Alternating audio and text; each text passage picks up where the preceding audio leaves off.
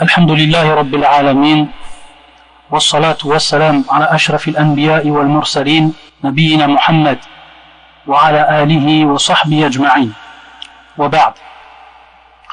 Donc on continue Inch'Allah Ta'ala cette série, les premiers pas du nouveau musulman. Le dernier cours donc, on avait terminé de ce qui était de la partie de la croyance, c'est-à-dire donc les piliers de la foi, plus précisément, ce qu'on devait croire. Car on sait que il y a deux grandes parties dans l'apprentissage de la religion. Tout ce qui va donc toucher à la croyance, à la foi, et ensuite tout ce qui va toucher à la pratique. C'est donc connaître son Seigneur, et donc comment avoir la foi, et ensuite comment adorer son Seigneur, par la pratique, par les adorations.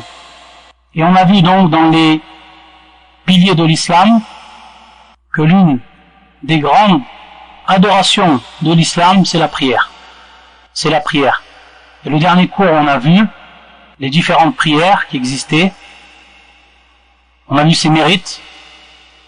On a vu son statut et ses horaires.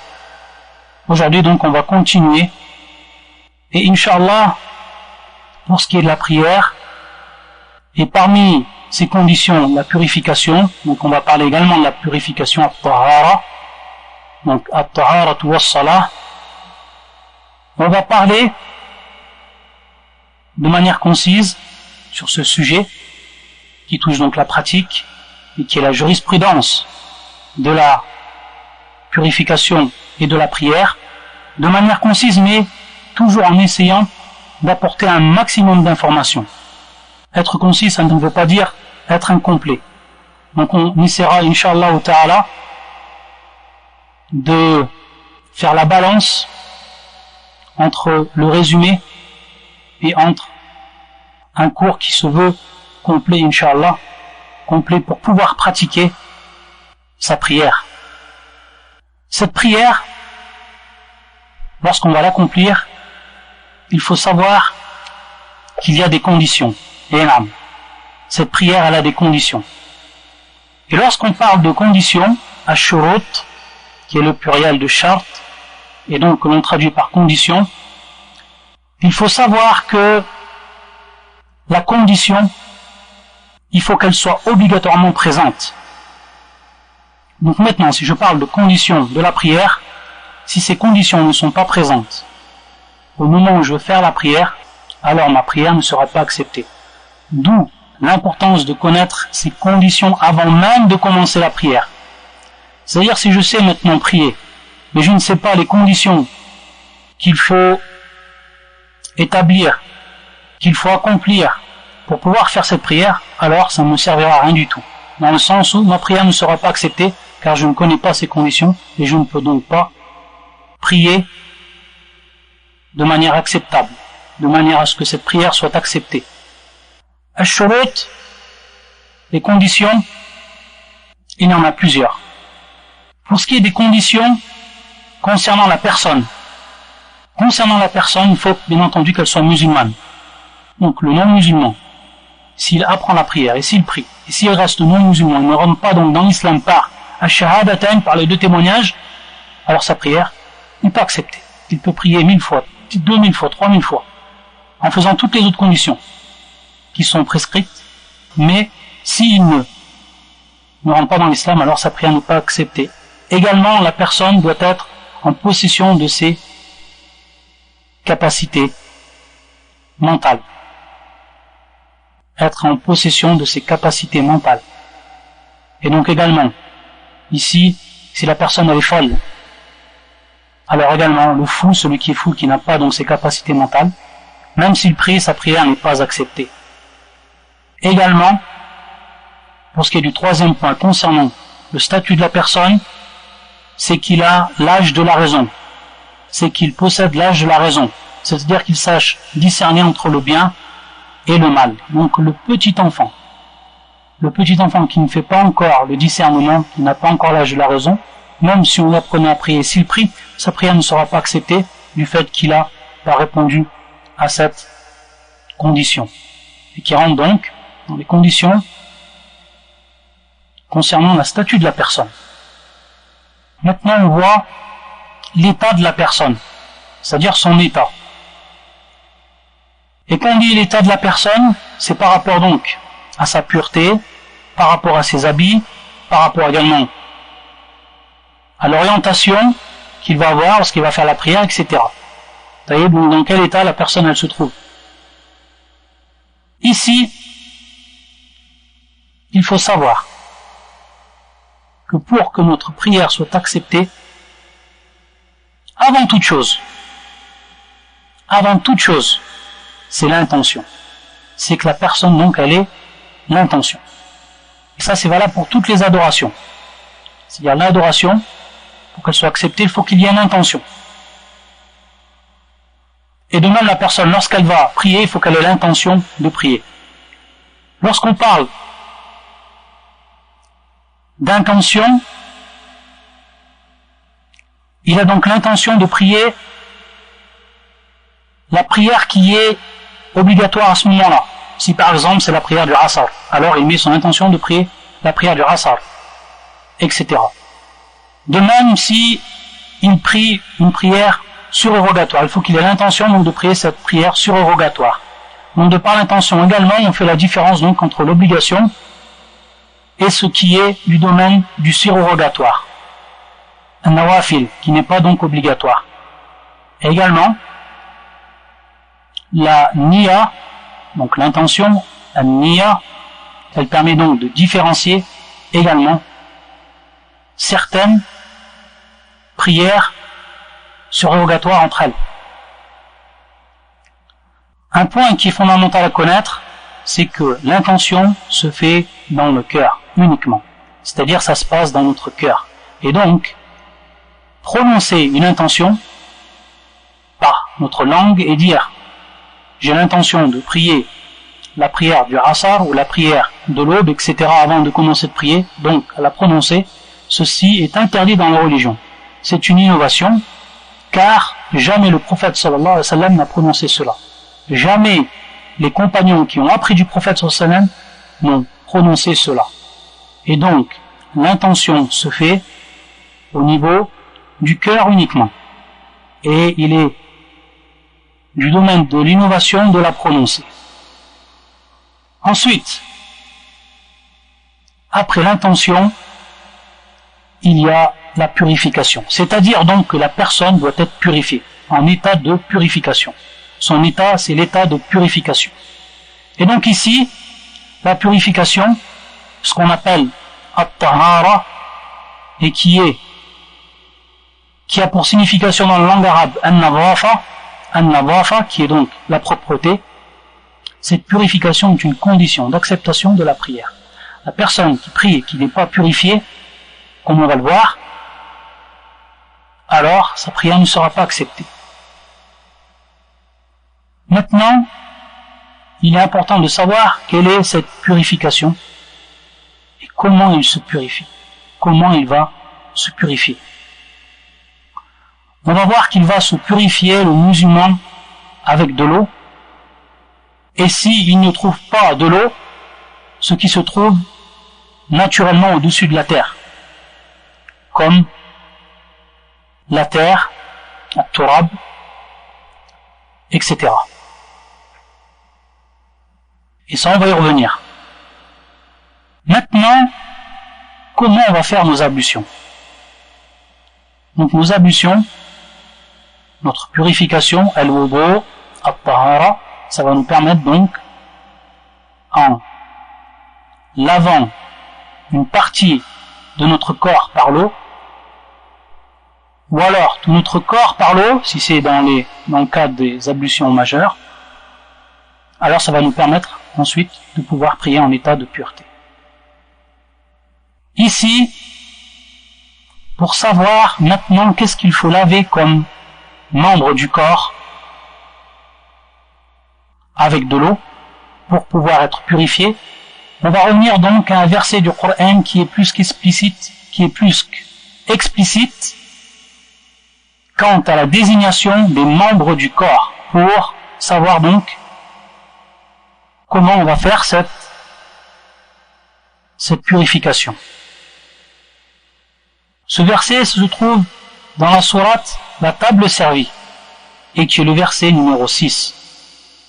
Où Allah Azza wa Jal, il nous dit Ya ayyuhalladhina amanu idha qumtum ila as-salati faghsilu wujuhakum wa aydiyakum ila al-marafiq wamsahu bi ru'usikum wa arjulakum ila al-ka'bayn. Donc dans ce verset, le sens, la traduction du sens du verset, ô vous les croyants, lorsque vous vous levez pour la prière, lorsque vous allez accomplir la prière, lavez-vous le visage et les mains jusqu'au coude. Passez vos mains mouillées sur la tête et lavez-vous les pieds jusqu'aux chevilles. Ici, on va voir que dans ce verset, il y a les membres du corps qui doivent être obligatoirement lavés par l'eau. Que ce soit le lavage ou alors le massage. Et on va donc ici détailler. Bien entendu, lorsqu'on a parlé de Tahara et lorsqu'on a parlé de Al-Wudu, donc les ablutions, on a dit il y a l'ablution mineure et l'ablution majeure. L'ablution mineure et l'ablution majeure. Ici, donc, on parle bien entendu de l'ablution mineure. On parle de l'ablution mineure. On reviendra à l'ablution majeure. Et on verra également dans quel cas il est demandé cette ablution majeure. Et dans quel cas il n'est pas demandé cette ablution majeure, donc on se restreint uniquement à l'ablution mineure. Tout ça on va le détailler, pour que le musulman il sache comment il va accomplir cette purification. Et à quel moment, et pourquoi il le fait, et comment il le fait. En vous citant le verset, je vous ai dit qu'il y avait donc tous les membres qui étaient énumérés dans ce verset du Coran et que l'on devait obligatoirement laver pour que notre purification mineure soit acceptée et soit considérée comme telle. Et donc le premier membre que l'on doit laver, qui est venu dans le verset, Farsilu wujuhakum. Lavez-vous le visage. Le visage. Lorsqu'on parle du visage, le visage, il comprend le nez et la bouche. Taïeb, ça c'est la première chose à savoir. La deuxième chose, quel est le contour du visage, la délimitation du visage. Le contour du visage, dans le sens de la longueur, va de la partie supérieure du front, où commencent donc ordinairement les cheveux, jusqu'en dessous de la barbe. Jusqu'en dessous de la barbe. Donc la personne qui a une barbe, il devra passer donc l'eau jusqu'à la fin de sa barbe. Et celui qui n'a pas de barbe, ou alors la femme, alors bien entendu, c'est le menton.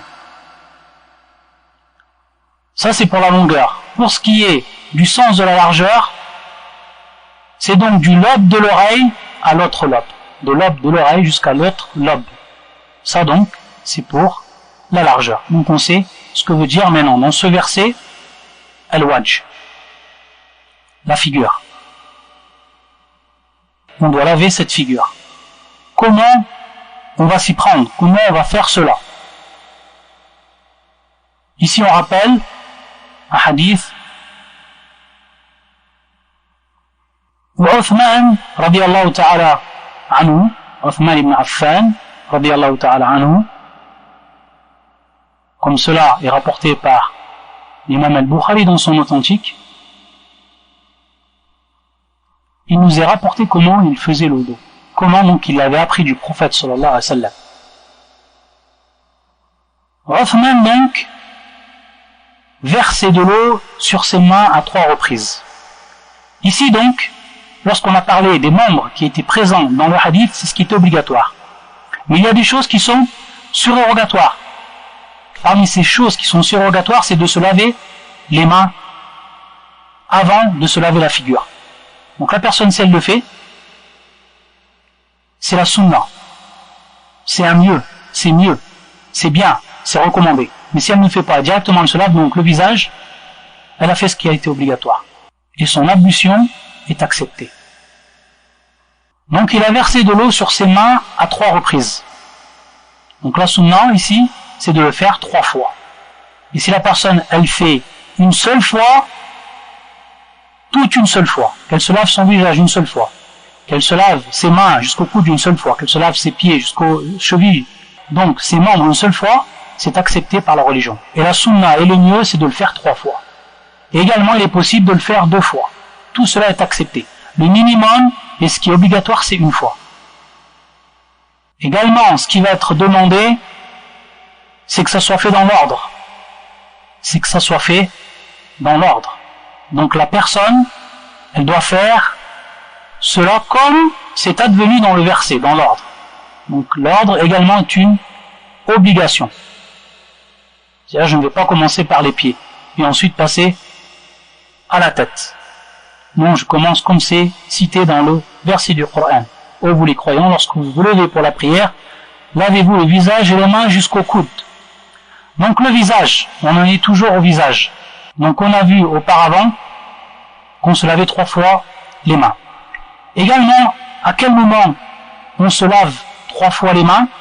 C'est avant, lorsqu'on se réveille du sommeil, lorsqu'on se réveille d'un sommeil, et qu'on veut donc plonger nos mains pour faire le dos, pour faire les ablutions dans une bassine d'eau.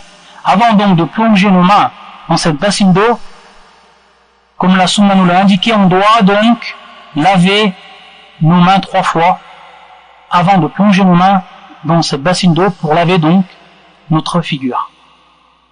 Également, c'est un point qu'il est important de souligner.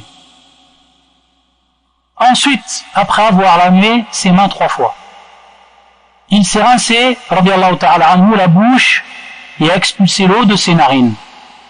Donc on a vu ce qui est rentré dans le visage, c'était la bouche et les narines et le nez.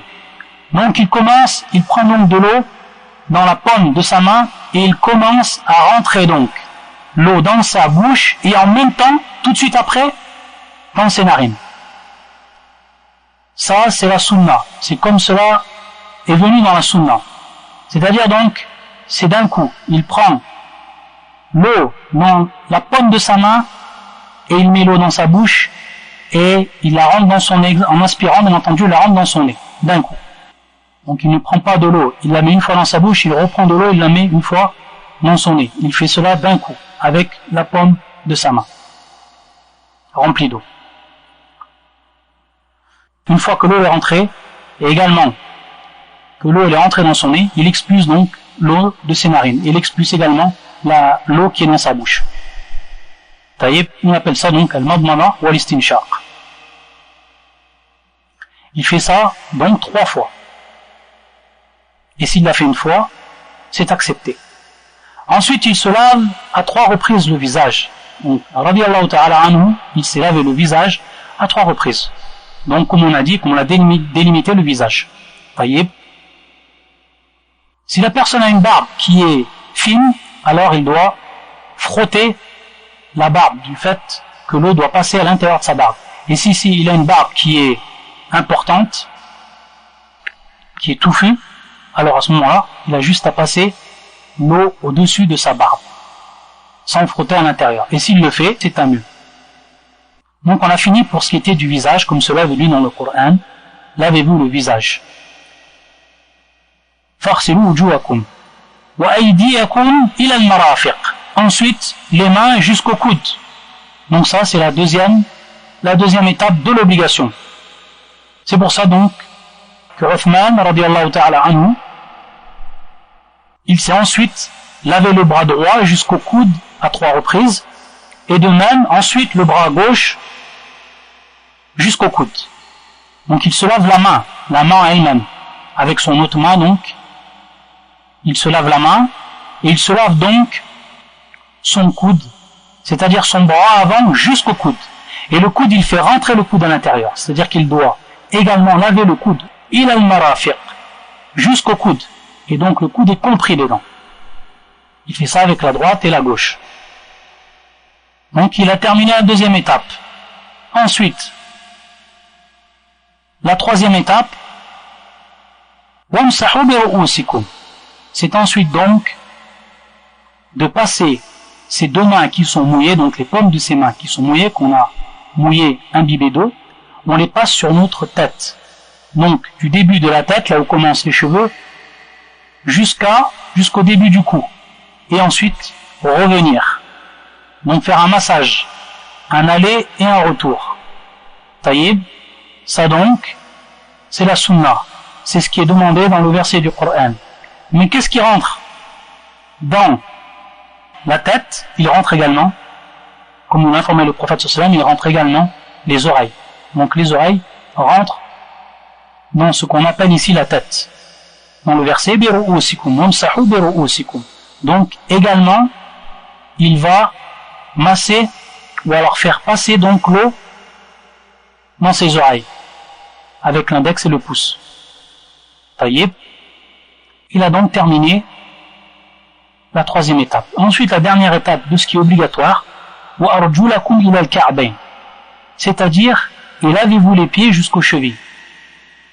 Donc ici, on est, pour ce qui était de la tête, on était dans ce qu'on pourrait appeler le massage, et pour ce qui est des pieds, on revient à ce qui est au lavage. Donc on lave nos pieds jusqu'aux chevilles.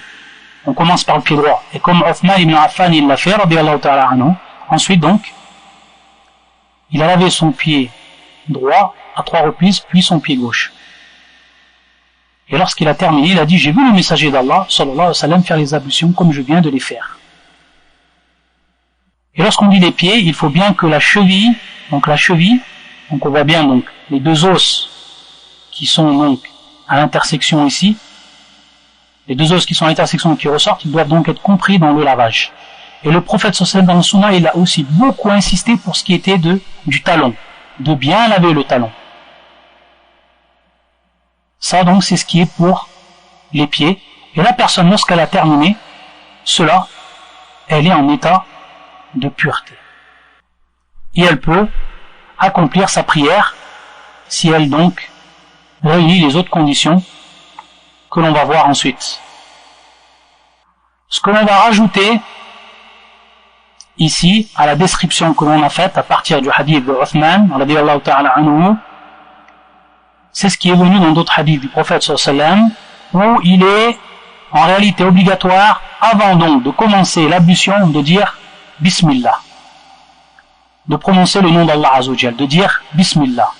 Donc avant de commencer de se laver les mains, ou alors de se laver directement le visage, on doit dire Bismillah. Et ça, c'est obligatoire. Également, ce qu'il faut prendre en compte et faire très attention, c'est que donc les membres qui vont être lavés par l'eau, que l'eau puisse atteindre la peau de ces membres. C'est-à-dire, si à un endroit des membres qui sont concernés par l'eau, il se trouve par exemple du plâtre, il se trouve par exemple de la cire, de la peinture, ou alors pour les femmes, sur les ongles, il se trouve du rouge aux ongles, ou alors du vernis, etc. Alors il faut savoir que il faut obligatoirement enlever ceci avant de faire le beau. Car si la personne, elle a du plâtre ou tout ce qu'on a cité, et qu'elle fait son odo, et donc automatiquement qu'une petite partie, ce ne serait-ce qu'une petite partie du membre ne soit pas touchée par l'odo, alors son odo ne sera pas accepté, son ablution ne sera pas acceptée. C'est pour ça donc qu'il doit bien supprimer toute matière qui pourrait donc empêcher que l'eau atteigne sa peau, la peau donc des membres qui sont concernés par l'eau. Également, une autre chose que l'on vient citer ici, c'est que lorsqu'on a parlé de l'eau, il faut que ce soit une eau qui soit pure. On va utiliser une eau qui va être pure pour faire cette ablution. Et l'eau qui va être pure, c'est une eau qui est restée suivant donc sa création. L'eau comme on la connaît, cette eau pure, qui est descendue du ciel, des nuages, ou alors que l'on trouve dans la mer, que l'on trouve dans les ruisseaux, dans les rivières, etc. Cette eau pure, qu'Allah Azza wa Jalla l'a créée pour nous, de par sa grande miséricorde envers nous. Donc cette eau-là, il faut qu'elle soit pure. Qu'est-ce que veut dire une eau être pure? Donc, comme on a dit, qu'elle reste dans l'état originel, comme elle a été créée. L'eau, elle ne devient pas pure si il vient se mêler à elle ce qu'on appelle une najasa, c'est-à-dire une impureté, que ce soit par exemple de l'urine ou autre, tout ce qui va être impur. Donc la chose qui va être impure et qui vient à l'intérieur de l'eau, ou qui se mélange à l'eau, si à ce moment-là on trouve cette najasa, et qu'ensuite il y a une des trois caractéristiques de l'eau qui va être altérée, alors à ce moment-là l'eau n'est plus considérée comme pure. La première caractéristique, c'est son odeur, c'est-à-dire si l'odeur de l'eau devient infecte, c'est-à-dire donc on ressent l'odeur de l'impureté. Ou alors si sa couleur, la couleur a changé de l'eau à cause de cette impureté. Également, elle n'est plus impure à ce moment-là. Et la troisième donc, c'est at-ta'am. Si on avait donc à goûter cette eau et qu'on y trouvait un goût qui nous prouve donc et qui nous indique qu'il y a bel et bien une impureté, cette eau elle est impure également. Donc voilà comment on va définir ce qu'est l'eau impure et à quel moment elle devient impure et qu'on ne peut pas l'utiliser pour faire nos ablutions. Si maintenant, ce qui est non impur et qui vient se mélanger avec l'eau, comme par exemple du lait, si on tombe du lait dans l'eau, ou autre produit qui est pur, alors il faut savoir que tant que ça reste de l'eau, c'est-à-dire que le mélange, il est faible par rapport à la matière à laquelle elle a été mélangée, l'eau, alors ça reste de l'eau. Si on trouve un petit peu d'eau, si on trouve un petit peu de lait, mais que ça reste de l'eau, alors on peut faire le doigt avec. Par contre, si le lait mélangé, il devient plus important que l'eau, alors ça va en réalité devenir du lait, plus de l'eau, donc on peut plus faire le doigt avec. Également, ça c'est par rapport aux choses qui sont pures et qui viennent se mélanger à l'eau. Donc maintenant on a fait le tour de la question pour ce qui était de l'ablution mineure, comment on l'a fait, ce qu'on a besoin, et sur ce quoi on doit faire très attention pour que ça soit accepté. Dans le cas où la personne, par exemple elle est en voyage, ou alors elle ne peut se servir de l'eau, et donc l'eau est indisponible, qu'est-ce qu'il fait? Et l'heure de la prière elle est rentrée, il doit prier sa prière obligatoire, qu'est-ce qu'il doit faire? Alors on sait que cette religion din yusr, c'est une religion de facilité, de simplicité. Cette législation, elle est venue pour faciliter aux gens, non pour rendre les choses difficiles. Et donc si la personne, au moment où elle doit prier sa prière, elle ne trouve pas d'eau, l'eau est indisponible, alors il lui est donné ici une option. Il lui est donné une option. C'est laquelle? C'est tout simplement d'accomplir ce qu'on appelle les ablutions sèches. At-tayammum. At-tayammum. Donc, at-tayammum, c'est tout simplement faire le beau au moment où il n'y a pas d'eau. C'est faire le beau, les ablutions au moment où il n'y a pas d'eau. Comment on va faire cela? Donc, comme on l'a dit, il se peut que l'eau soit indisponible alors que la personne soit malade et qu'elle ne peut avoir contact avec l'eau. Et si elle a contact avec l'eau, ça va aggraver sa maladie, ça peut être très dangereux pour lui. Alors, dans ces cas-là, et d'autres cas qu'on citait, les juristes consultent, la personne, elle utilise ce qu'on appelle le tayammum, l'ablution sèche.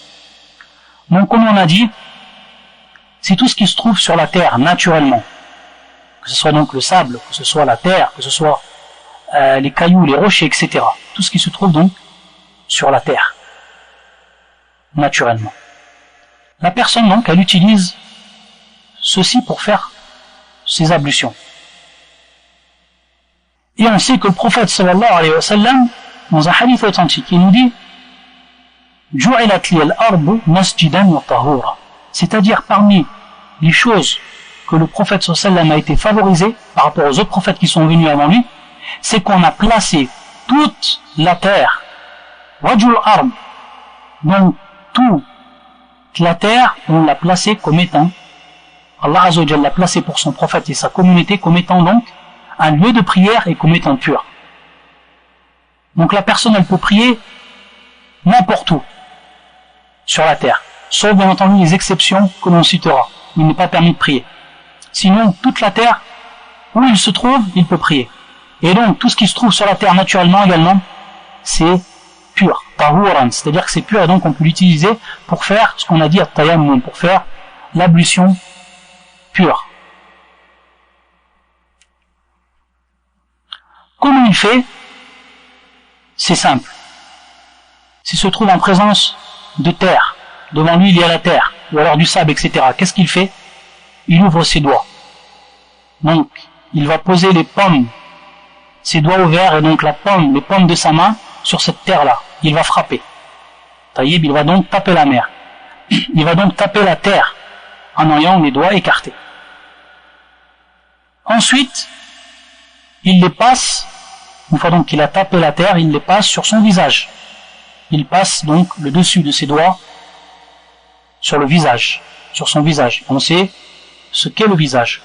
Bien entendu, s'il ne rentre pas le nez et la bouche. Le visage, on entend par là ce qui a été délimité comme étant le visage. Car il est bien entendu impossible ici pour ce qui est de la bouche et du nez. Donc c'est uniquement le dessus du visage. Et ensuite, après cela, il se frotte les mains entre elles. Taïeb, comme il aurait fait donc avec l'eau lorsqu'il fait ses ablutions. Il fait de même donc, taïeb. Mais il le fait ici, il ne le fait pas jusqu'au coude, comme c'était avec l'eau. Il fait uniquement ses mains. Une fois qu'il a fait cela, il peut prier. Il fait cela une seule fois.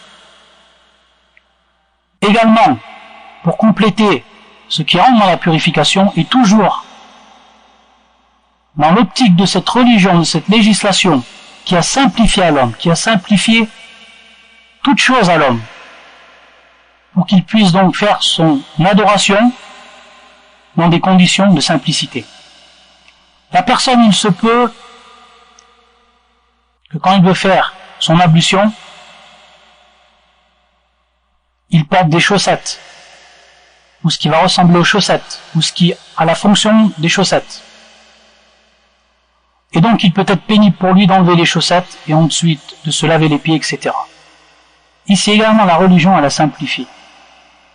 C'est ce qu'on va appeler le masrou al-khuffayn, al-masrou al-khuffayn. C'est-à-dire donc, la personne, au lieu de laver ses pieds, qu'est-ce qu'elle a à faire? Donc, pour laver ce qui est demandé en dernière partie, qui sont donc les pieds, et qu'elle porte des chaussettes, qu'est-ce qu'elle a à faire? Elle a uniquement donc à prendre de l'eau, taïb, et avec la paume de sa main, passer l'eau mouillée, ou alors passer sa main mouillée sur le dessus des chaussettes, sur le dessus donc des pieds, qui est recouvert par la chaussette. Donc il fait cela pour ses deux pieds, uniquement, sans enlever ses chaussettes. Donc à partir de là, il a complété son ablution et il a bel et bien lavé ses pieds, dans ce cas-là.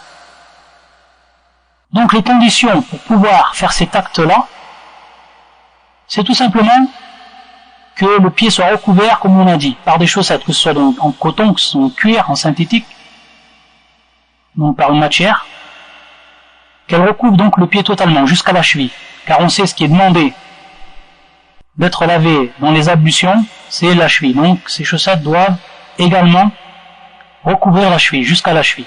Taïeb. La condition également, c'est que avant qu'il ait mis ses chaussettes, il faut qu'il soit en état de pureté, préalablement. C'est-à-dire s'il met ses chaussettes, il n'est pas en état de pureté, alors il devra enlever ses chaussettes. Là, ce n'est pas permis pour lui. Taïeb. Donc il faut qu'il soit en état de pureté complète pour qu'il puisse ensuite profiter donc de cette simplicité. Également, ce qu'il faut savoir, c'est que il lui est permis de passer donc l'eau sur ses chaussettes sur une période de 1 jour uniquement. 1 jour et 1 nuit pour celui qui est résident. Et pour celui qui est en état de voyage, 3 jours et 3 nuits. Et sachant donc comment on va compter ce jour et cette nuit, c'est au moment donc où la personne, lorsqu'elle a mis ses chaussettes donc en état de pureté, est la première fois qu'elle va refaire le dos. Et certains savants disent la première fois où elle va perdre son wudu, qu'elle devra donc refaire son wudu. À partir de là, on va compter 1 jour et 1 nuit. Et pour le voyageur, 3 jours et 3 nuits. Et également, le point qui est fondamental à savoir, c'est que cela n'est valable que pour l'ablution qui est dite mineure. Et donc, dans ce qu'on va voir et qui est de l'ablution majeure, cela n'est pas possible. La personne, si elle a à faire l'ablution majeure, elle doit retirer ses chaussettes. Dans aucun cas, c'est permis pour ce qui est de l'ablution majeure. Uniquement pour ce qui est de l'ablution mineure, c'est-à-dire ce qu'on a vu. Et donc, lorsqu'on a parlé de l'ablution majeure, on va y venir, Inch'Allah ta'ala.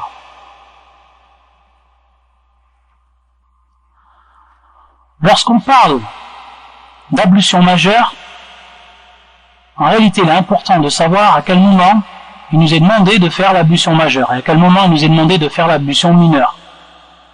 C'est à partir de là qu'il nous est simplifié de connaître les différences ici. Il est demandé de faire la purification majeure dans 4 cas. Il nous est demandé de faire la purification majeure dans 4 cas.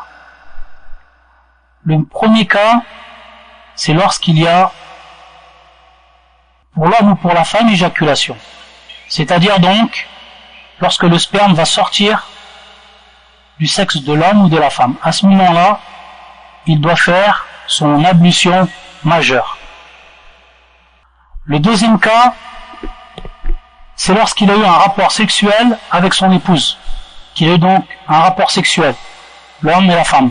Et comment on va déterminer ici?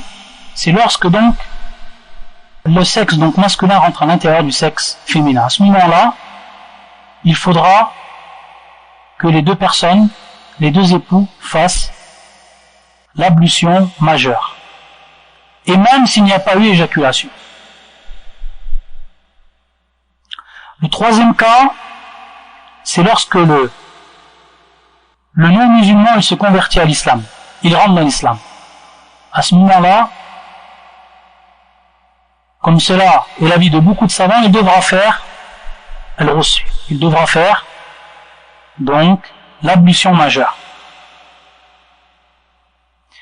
Et ensuite, le quatrième cas, c'est lorsque la femme, elle a eu ses menstrues, et la fin de ses menstrues, pour redevenir pure, elle fait donc l'ablution majeure. De même pour ce qui est de la femme qui a accouché, et qu'après donc sa période, la période donc où il y a eu l'écoulement de sang, après donc l'accouchement, qui dure en moyenne 40 jours, après cela pour redevenir donc pure, elle doit également elle faire ses ablutions majeures. Ça c'est les 4 cas où il est demandé de faire les ablutions majeures.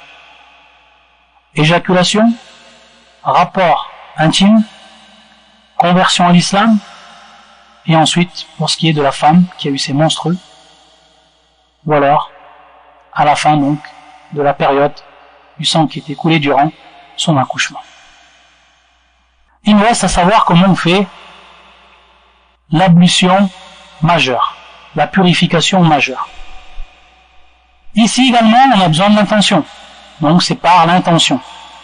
Donc bien faire la différence entre le fait de se laver son corps totalement pour pouvoir être pur et le fait par exemple de se laver pour se rafraîchir ou alors de se laver pour uniquement se nettoyer.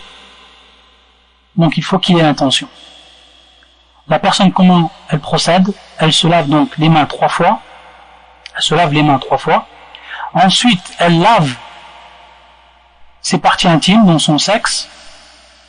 Ensuite, elle commence par faire l'ablution mineure, donc celle qu'on a vue.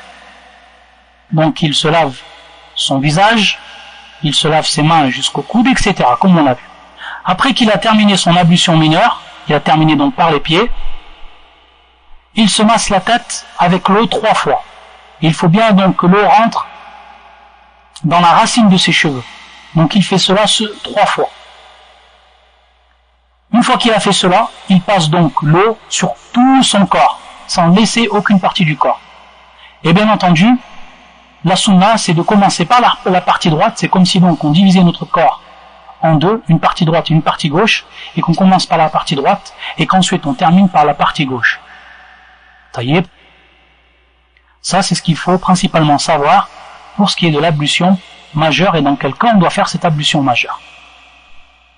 Dans les autres cas maintenant qu'on va citer, il va être juste demandé de faire l'ablution mineure. Dans les cas qu'on va citer maintenant, juste, il est demandé de faire l'ablution mineure sans passer par l'ablution majeure. Quels sont donc ces cas? Tout ce qui va sortir des voies naturelles, des deux voies naturelles, que ce soit donc les sels, l'urine, le gaz, le sang, etc. Taïeb. Donc si la personne elle a des gaz, si la personne elle était aux toilettes pour uriner. Également dans le cas où la personne dort. Lorsqu'elle a un sommeil, mais un sommeil qui va être profond. C'est-à-dire qu'elle ne sent plus ce qui est autour d'elle. Elle a eu un sommeil qui était profond jusqu'à ne plus sentir percevoir ce qui était autour d'elle. Ou alors, dans le même cas, perte de conscience, perte de connaissance. À ce moment-là, la personne elle devra refaire ses ablutions également, car elle ne sait pas si il est sorti d'elle des gaz ou autre. De même également, lorsqu'on touche ses parties intimes, que ce soit devant ou derrière. Bien entendu, lorsqu'on les touche directement, c'est qu'il n'y a pas un tissu entre un tissu autre ou un vêtement entre donc notre main et notre partie intime. Ici donc, comme c'est l'avis de beaucoup de savants, on doit refaire nos ablutions lorsqu'on touche par notre main notre sexe. Donc ça, c'est les cas où la personne doit faire donc son wudu. Également, ce qu'ont cité beaucoup de savants, c'est le fait de manger du chameau. La personne qui mange du chameau, elle doit également refaire son wudu. Ça également, c'est ce qu'il faut savoir donc de manière principale. Généralement, c'est ce qu'il faut savoir pour ce qui est donc de la purification. Donc maintenant, pour compléter ce qui concerne les conditions pour pouvoir prier, pour que nos prières soient acceptables.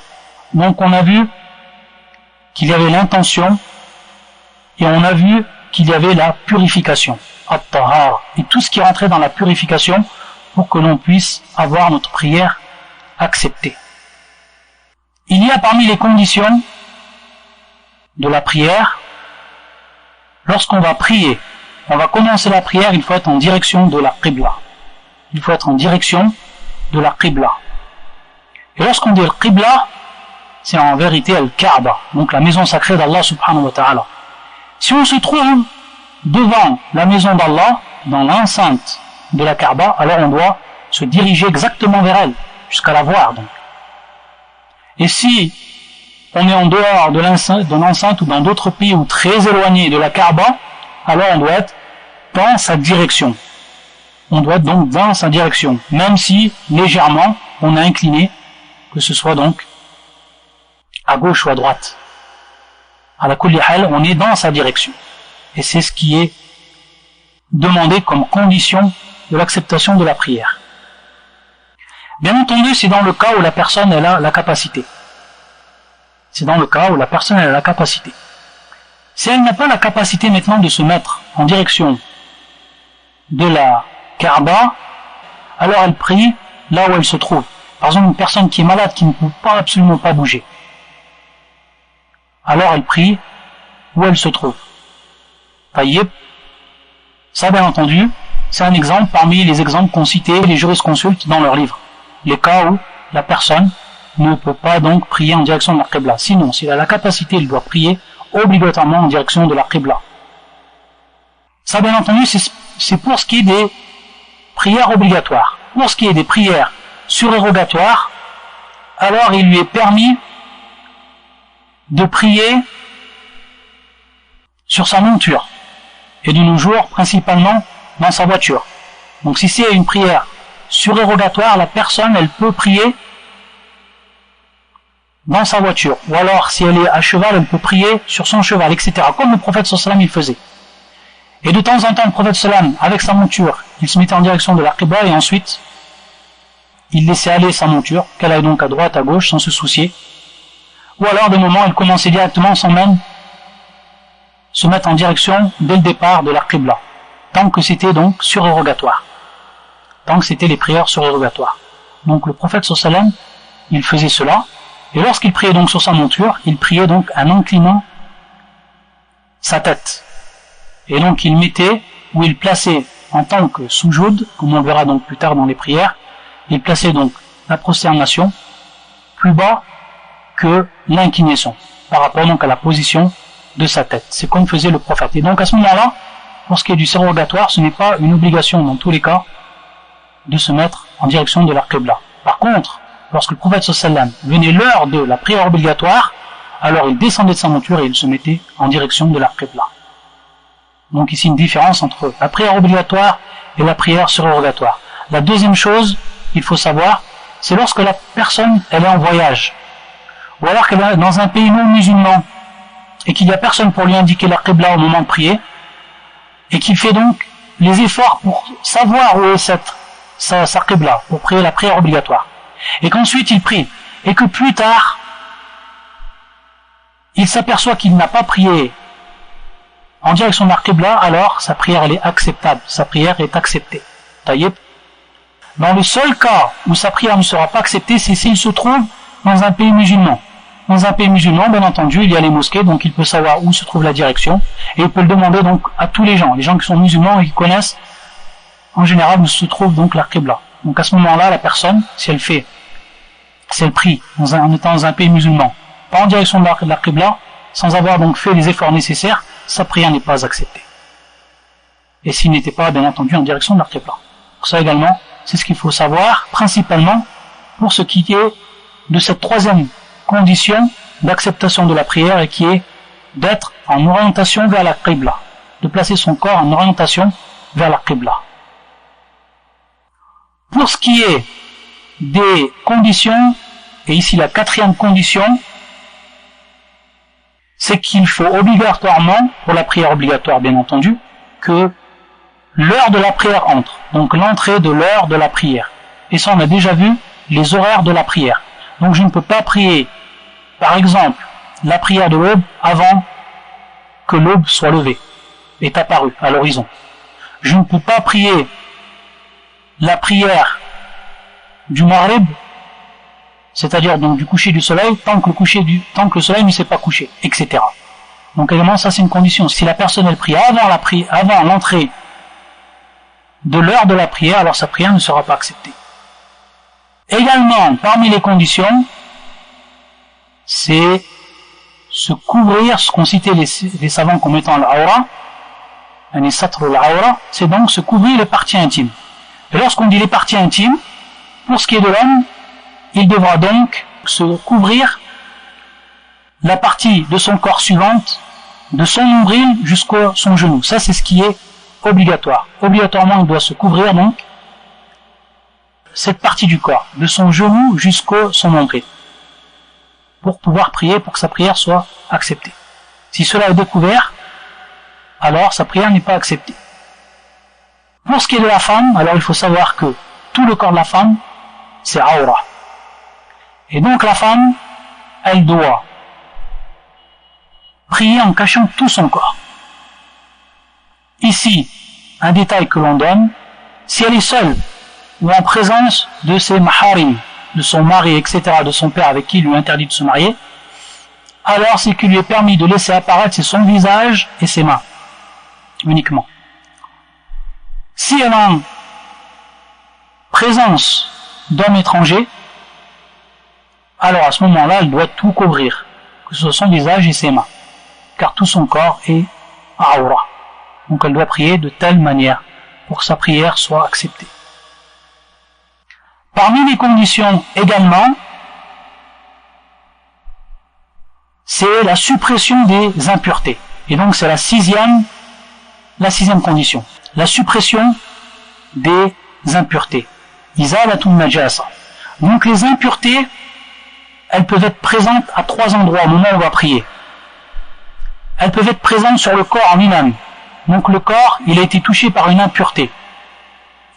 Taïeb, donc que ce soit, à titre d'exemple, de l'urine, que ce soit la bave de chien, etc.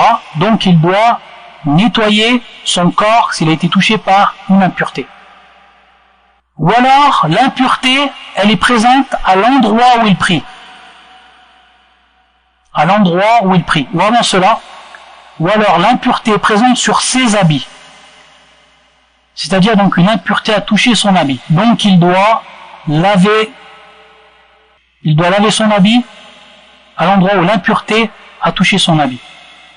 Donc il doit supprimer cette impureté de son habit en lavant par l'eau. Si c'est bien entendu de l'urine, etc. Donc l'impureté elle se lave par l'eau. Taïeb. Et ensuite, le troisième endroit où il peut y avoir une impureté, il doit absolument nettoyer pour que sa prière soit acceptée, c'est-à-dire donc là où il prie, à l'endroit où il prie.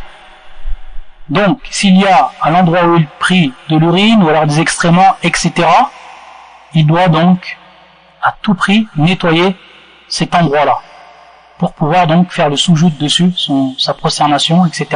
Donc l'endroit où il prie, il doit être également propre de toute impureté. Ça, c'est également donc la dernière des conditions pour que la prière soit acceptable. Et à titre d'information, pour ce qui est de l'avis de beaucoup de savants, si la personne elle prie alors qu'elle avait une impureté, mais qu'elle ne savait pas, en étant d'ignorance, alors elle n'a pas à refaire sa prière, elle n'a pas à refaire donc sa prière. Wallahu a'lam. On termine par cela, Inch'Allah, aujourd'hui, et on citera certains points pour complément, et on continuera donc dans la description de la prière, en prenant bien en compte et en prenant garde de ce qui rentre dans les piliers, dans ce qui rentre dans les obligations, et dans ce qui rentre dans ce qui est du domaine du recommandé, ou alors de la sunna, ou alors ce qu'on pourrait également appeler de la sunna, mais ici à titre recommandé. C'est ce qu'on va voir donc le prochain cours en détail, Inch'Allah ta'ala. سبحانك اللهم بحمدك أشهد أن لا إله إلا أنت أستغفرك وأتوب إليك